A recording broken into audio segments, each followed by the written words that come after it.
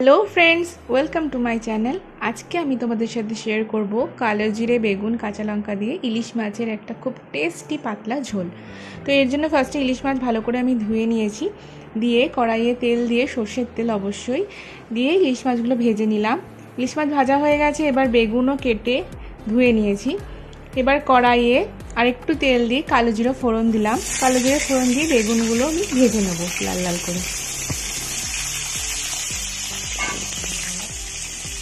एबार एर मध्य आमी काँचा लंका दिए दिलाम।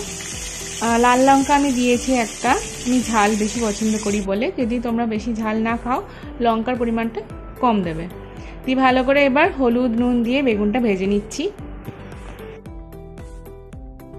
बेगुन भालो करे भाजा भाजा हये गेছে, एबार एर मध्य परिमाण मतो जल ढेले देब और साथे परिमाण मतो नुन, जिरे गुঁড়ো, धने गुঁড়ো, काश्मीरी लंकार गुঁড়ো और परिमाण मतो हलुद गुঁড়ো दिए भालो करे कषिয়ে নেব। দিয়ে ভালো করে জিনিসটাকে ফুটিয়ে নেব।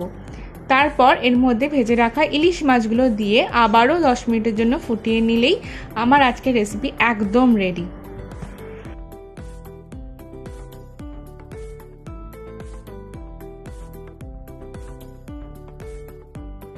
এই পাতলা বেগুন দিয়ে ইলিশ মাছের ঝোলের রেসিপিটা তোমরা অবশ্যই ট্রাই করো, দারুণ লাগে খেতে।